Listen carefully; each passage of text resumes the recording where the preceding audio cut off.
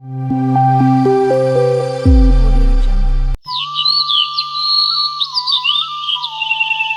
सूरजपुर में शिव अपने बूढ़े पिता हरिया और अपनी पत्नी राधा के साथ रहता था।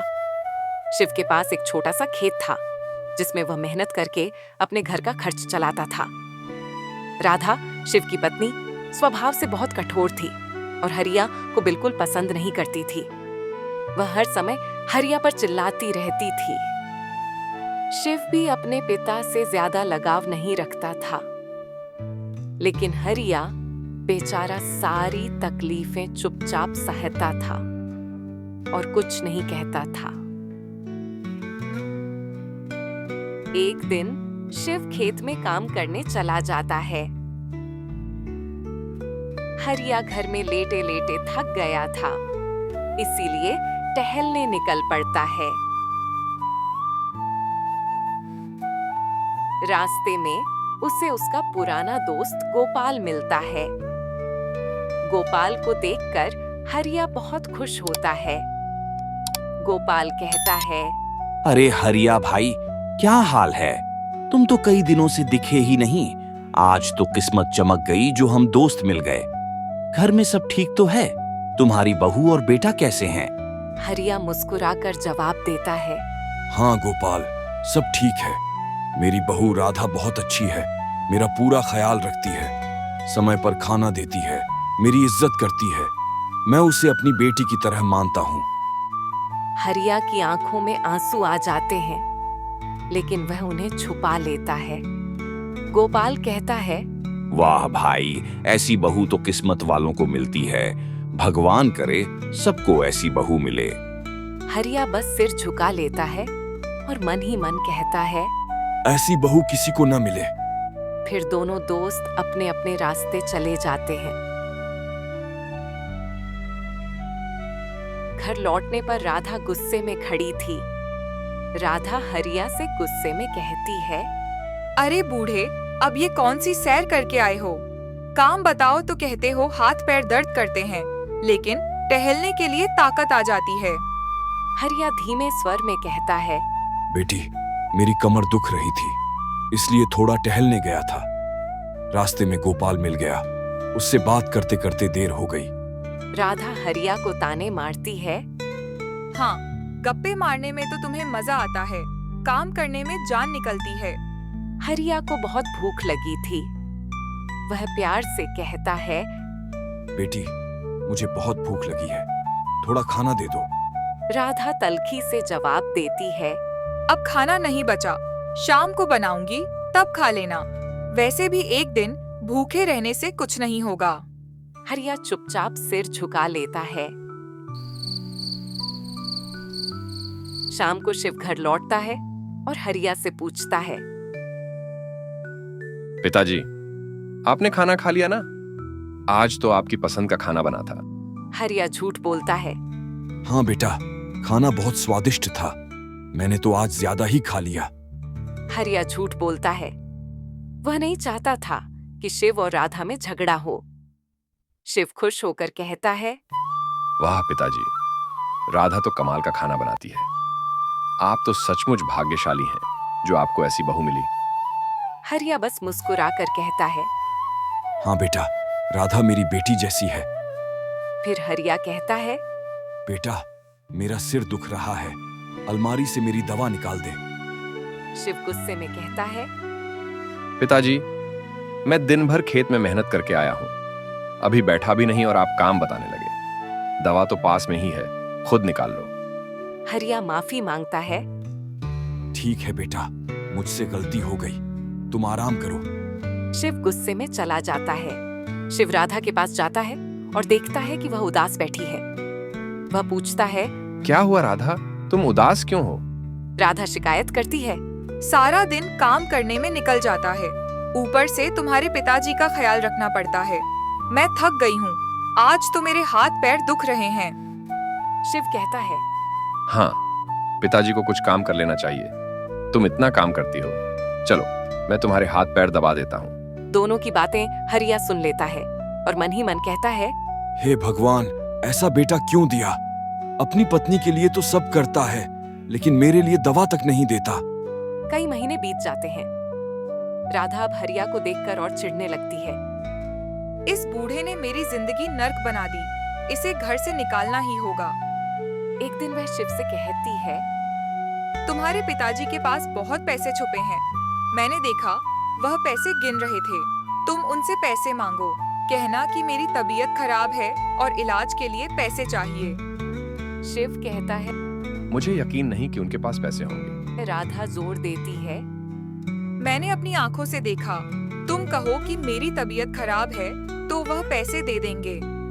शिव अपने पिता के पास जाता है और कहता है, पिताजी, राधा की तबीयत बहुत खराब है। डॉक्टर ने कहा है कि पहले पैसे जमा करो, फिर इलाज होगा। मेरे पास पैसे नहीं हैं। हरिया बेटे पर भरोसा करके कहता है, बेटा, मेरे पास कुछ पुराने पैसे रखे हैं, ले जाओ और राधा का इलाज करवाओ।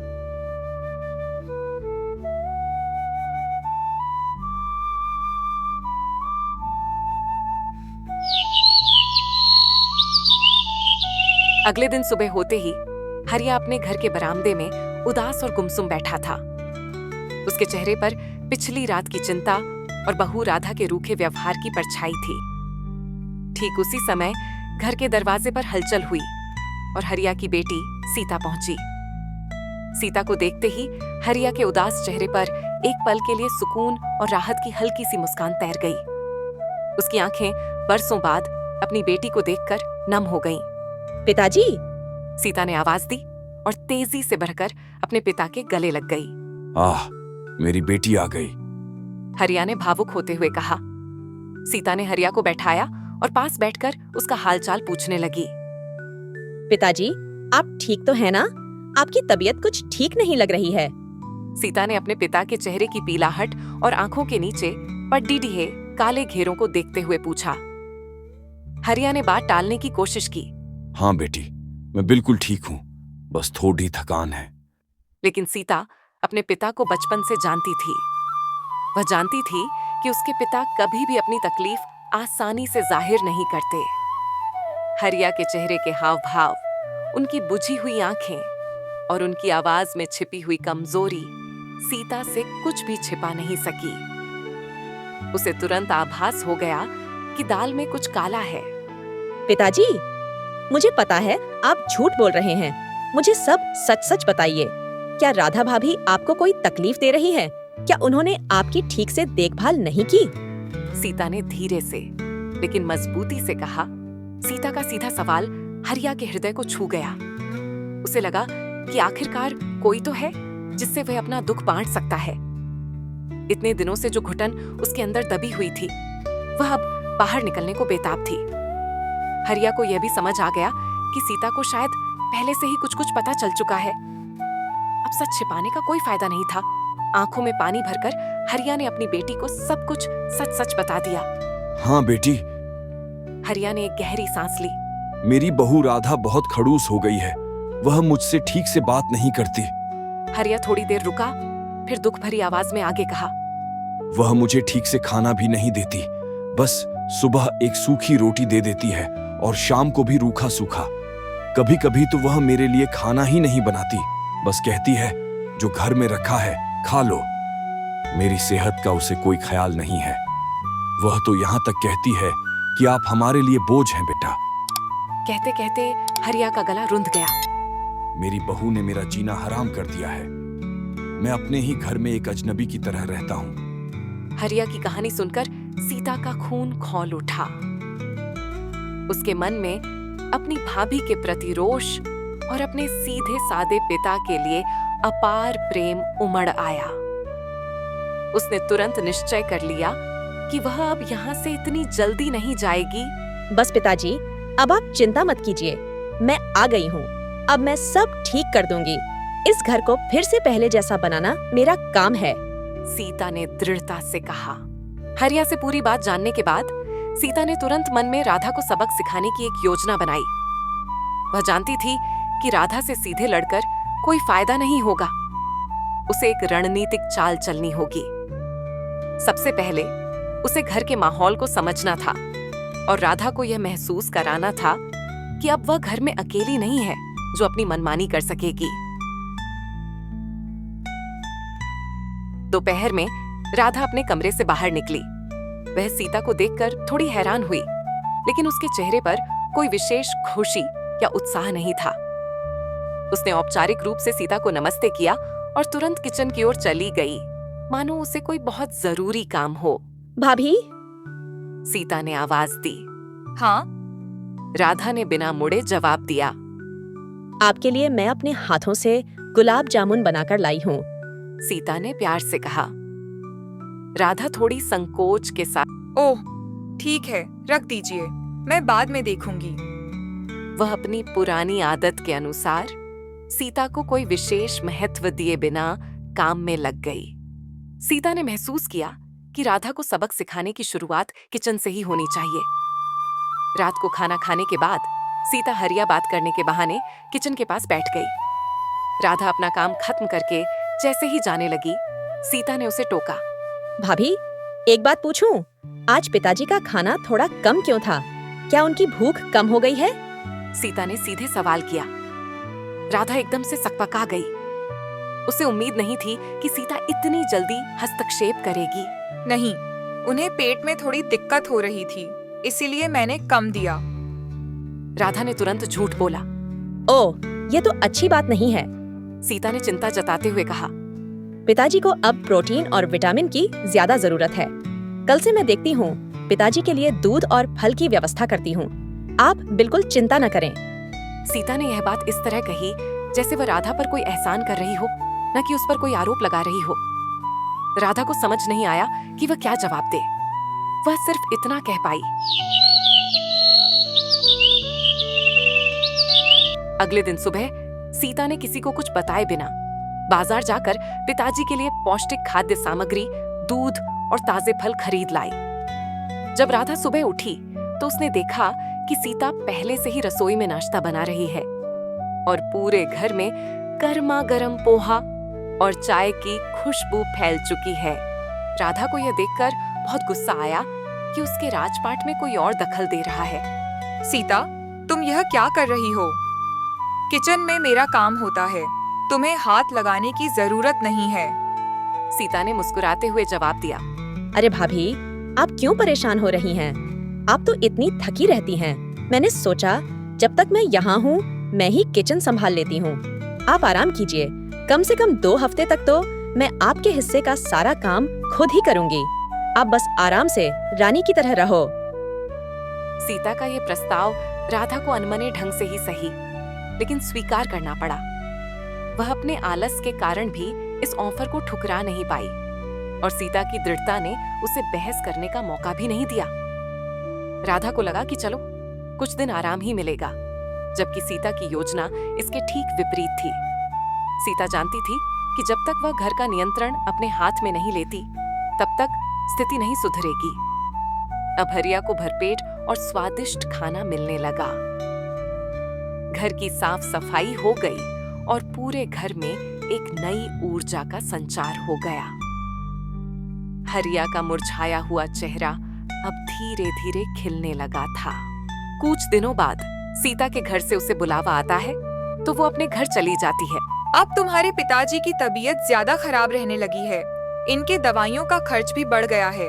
अब इन्हें घर से निकालो। अगर मैंने पिताजी को निकाला तो गांव वाले क्या कहेंगे? मेरे पास एक तरीका है। बाजार से ऐसी दवा लाओ जो बेहोश कर दे। मैं उसे खाने में मिला दूंगी, फिर तुम उन्हें जंगल में छोड़ आना।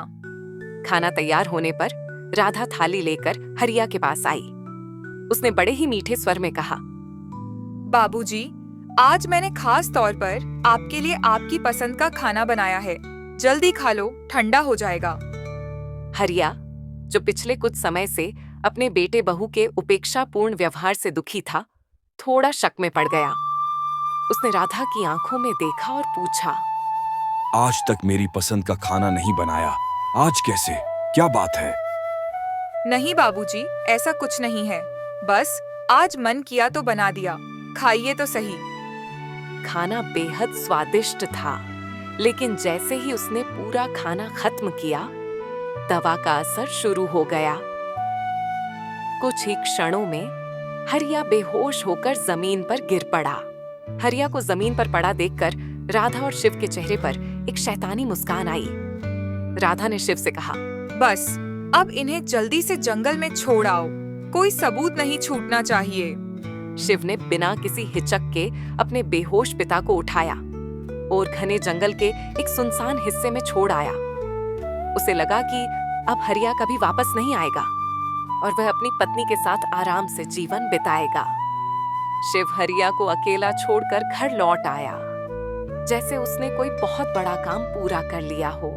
कुछ देर बाद हरिया को होश आया। वह खुद को एक अनजान भयानक जंगल में पाकर दहशत में आ गया। उसका सिर चकरा रहा था और शरीर में कमजोरी थी। जैसे ही उसे पिछली घटना याद आई, उसकी आंखें भर आईं। मुझे पहले ही शक था। मेरे बेटे बहू ने मुझे मारने की कोशिश की। जिन्होंने मुझे जन्म दिया, पाला पोसा, आज उन्होंने ही मुझे मौत के मुंह में धकेल दिया। इससे अच्छा तो मैं बेऔलाद रहता। उसका दिल टूट चुका था। उसे संपत्ति का मोह नहीं रहा, केवल इस बात का दुख था कि उसके अपने ही धोखेबाज निकले। वह अभी भी अपनी किस्मत पर विलाप कर रहा था कि तभी उसे किसी के पैरों की आहट सुनाई दी। वह तुरंत सतर्क हो गया और तेजी से पास की झाड़ी के पीछे छिप गया। उसने देखा कि दो भारी भरकम आदमी जो दिखने में चोर लग रहे थे वहां आए। वे जमीन पर रखे दो बड़े चमचमाते सोने से भरे बक्सों के पास खड़े थे। हरिया की आंखें आश्चर्य से खुली रह गईं। एक चोर ने दूसरे से फुसफुसाते हुए कहा, रात बहुत हो गई है और यह जगह सुरक्षित नहीं है। काम करते हैं, एक बक्सा अभी ले चलते हैं। ये बहुत भारी है, दोनों एक साथ नहीं ले जा सकते। दूसरे बक्से को यहीं पर इस घनी झाड़ी में छिपा देते हैं। सुबह जल्दी आकर ले जाएंगे। दोनों चोरों ने मिलकर एक बक्सा उठाया और उसे लेकर जंगल के रास्ते से तेजी से चले गए। उनके जाने के बाद हरिया कुछ देर तक झाड़ी के पीछे ही बैठा रहा, ये सुनिश्चित करने के लिए कि वे वापस न आएं। जब उसे पूरा विश्वास हो गया कि अब कोई खतरा नहीं है, तो वह बाहर निकला। उसने सोने के बक्से को देखा। वह सचमुच सोने से भरा हुआ था। हरिया की आंखों में खुशी के आंसू आ गए। उसे लगा जैसे साक्षात भगवान ने उसकी पुकार सुन ली हो। वह खुशी से चिल्ला उठा, भगवान, तूने मेरी सुन ली। मैं तो बर्बाद हो गया था, लेकिन तूने मुझे सहारा दिया। मैं इस बक्से को घर ले जाऊंगा। मुझे पता है कि शिव और राधा केवल लालची हैं। शायद अब इस धन को देखकर मेरे बेटे बहू मुझे अपनाएंगे, या कम से कम मुझे घर में रहने की जगह तो देंगे। उसने रात किसी तरह जंगल में ही काटी, बक्से की रखवाली करते हुए। सुबह होने पर हरिया पूरी ताकत जुटाकर वह सोने से भरा बक्सा लेकर अपने घर की ओर चल दिया।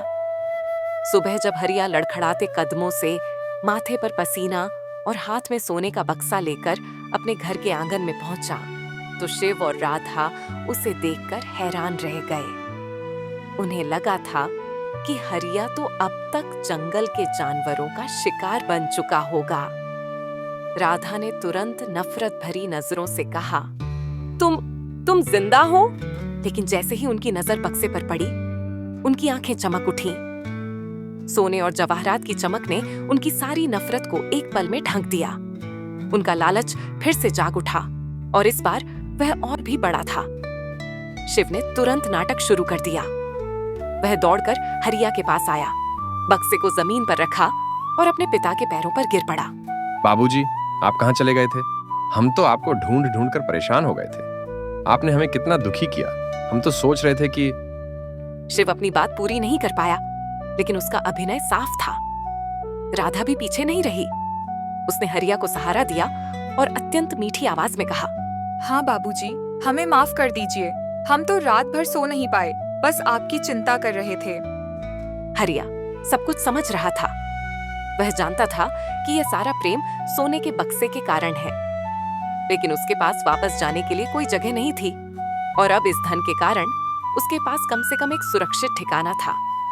शिव तथा राधा की आंखें सोने को देखकर फटी की फटी रह गईं। हरिया ने शांति से कहा, ठीक है, मैं तुम दोनों को माफ करता हूँ, लेकिन अब से तुम दोनों मेरी सेवा करोगे, जैसे एक बेटा बहू अपने माता पिता की करते हैं। लालची शिव और राधा ने तुरंत हाँ कह दी।